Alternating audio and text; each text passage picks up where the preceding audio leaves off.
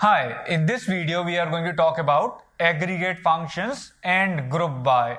Let us begin with aggregate functions. So these are the most commonly used aggregate functions: sum, max, min, count and average. Let's understand these aggregate functions with the help of this table where we have student name, student subject and marks of that student in that particular subject. So we have these names A, B, C, P, Q, R, X, Y, Z, B, C, D as names, and these are the subjects names DBMS, OS, DBMS, OS, and these are the marks. So let's say we want to find out what are the overall maximum marks of any student in any subject. So what do? Basically, we want to find out maximum value in this column. So we can do that by calling this max aggregate function. Select max marks from student. What will be the output of this query? The output of this query will be 100. So the maximum marks are 100. Now if I want to find the minimum marks of any student in any subject, I'll replace this max with min and the output will change to 70. Similarly, if I want to count how many rows are there or how many marks are there, I can use count and the output will be 7. Sum will give the sum of all values in a given particular column. So if I pass a column marks here and if I use sum here, I'll get sum of all these values. And if I want to find average marks, I can use AVG function. What AVG function will do? It will do return sum of all these values divided by count of these values. Now there is an interesting fact about these functions. If I have certain value as null, for example, this is null, then this null is ignored by all these functions.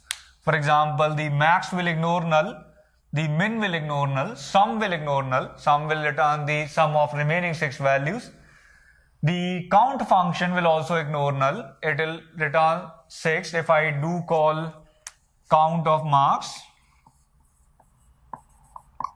It will give me 6 because null is not considered.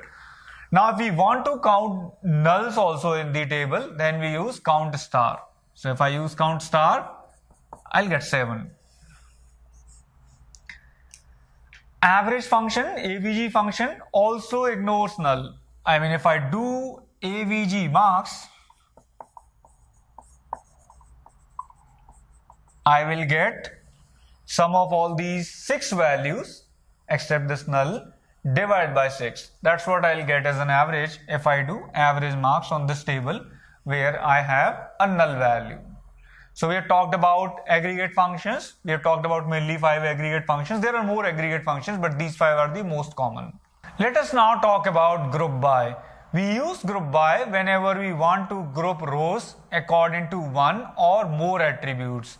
For example, in this table, I want to find maximum marks in every subject. So what I'll do is, I'll group by the rows according to the subject. So this is my first question, find the maximum marks in every subject, and my expected output is DBMS maximum marks 90, OS maximum marks 100. So these 2 rows I want in output. For that purpose, we use group by. So we say select, we write the subject name, subject, we write max marks from table name, student, we write then group by subject. So we are grouping the rows of this table according to the subject and we want to find out subject name and maximum marks in that subject. Now if you take a look at this group by query, you have queries similar to select star from where. The only difference here is you have a group by additionally added, and the select part, this is an interesting fact about group by. The select part of the group by has either an aggregate function like max, min, count, average or something similar, or it should have the attributes, one of the attributes which are there in the group by clause. Here we have only one attribute in the group by clause, subject, so we can have only that attribute in this select clause. If I write something like name here, then I'll get error because a particular subject has many names. So if you're writing name here, it's illogical to write name here, right? Because you're grouping according to the subject. So how will you know the name of which name to be printed out of these multiple names? So in group by, when you write select, you either write the attributes which are part of group by, or you write aggregate functions. In this query, I have used both. I have used subject and max marks. So if I remove the max marks, I'll get only the output as DBMS and OS. Here, with these two attributes selected, and we can give it a fancy name. We can say as, using the as syntax of SQL, we can give it a M marks, maximum marks. So this will output two rows. One will be your subject and other will be M marks. And this will be DBMS. They can come in any order. Order is not defined. So DBMS will have 90 maximum marks and OS will have 100 maximum marks. So this will be output of this query. Let us now talk about having clause.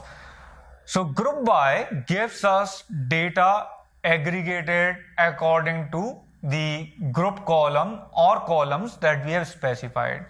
Now, if I want to select only certain rows of this grouped data, I can use having. It's like where for normal queries. Let's take a look at this second query. It says that find sum of marks of the students having sum more than 150. So we need to find students and their marks whose sum of marks is more than 150.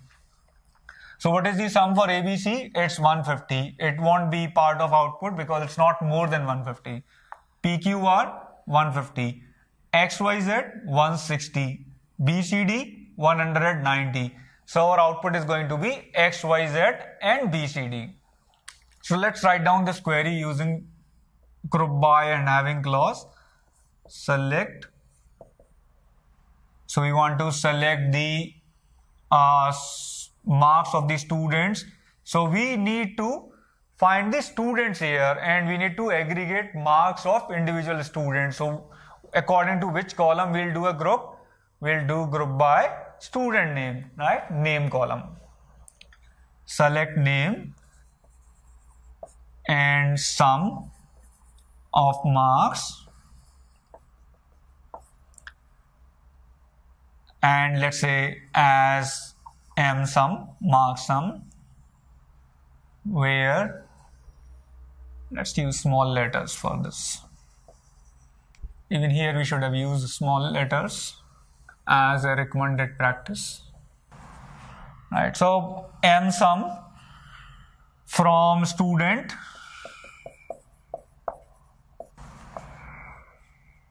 group by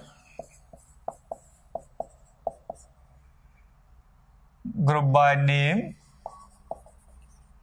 having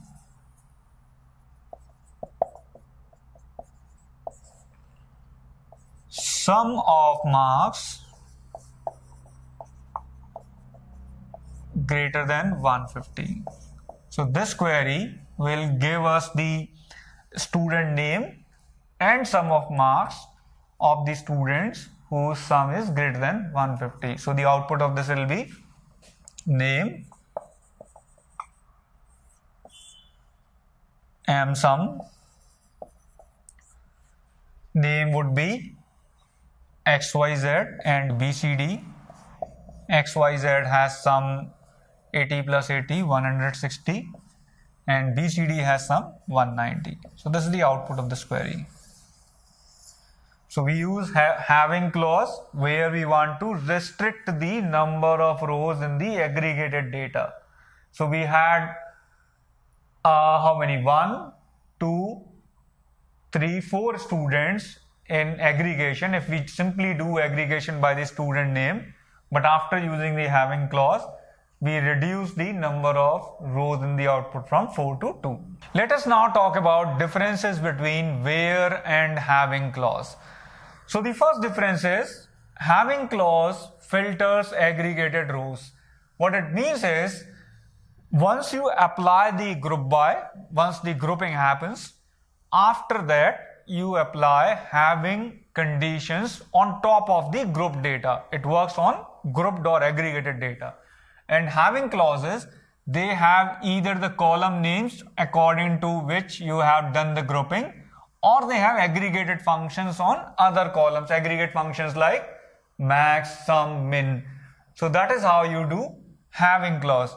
Where clause, on the other hand, it will first filter out all the rows which have these names and then group by will be applied, right? So that's the difference. It will first get all the rows which have these conditions satisfied and then it will apply grouping on those rows. So it will first do filtering and then it will do grouping. Here it will first do grouping and then filtering on the group data. That's the difference. The other difference is having can only be used with select, and to be more precise, it is only used with select and group by, right? Select and group by both. Whereas this where clause can be used with select, insert, update and many other places, right? It can also be used with delete, right? Delete is also a case where we can use where clause. Third point is aggregate functions. So what are the aggregate functions? Sum, max, min, count, right? We typically use aggregate functions with the having clause, or we use the column, one of those column names according to which we have done group by. So aggregate functions are typically used with having clause, but they are not used with select clause except few conditions. We can use aggregate functions with where only we have group by and having. So we use in a situation something like name, comma, some query, and in this query you have a where clause. In this subquery you can use aggregate function if you are using group by outside, group by and having outside, right? Then you can use aggregate function in this where, here it's in this where. You can also use group by with where, aggregate functions in where when you are using it as a subquery in the having clause, something here. If you have a where clause here, then you can use group by. But these are exceptional cases and might not even be allowed by all the databases. So these are the only cases where you can use aggregate functions with where clause. In general, you use aggregate functions only with the having clause and not with where clause.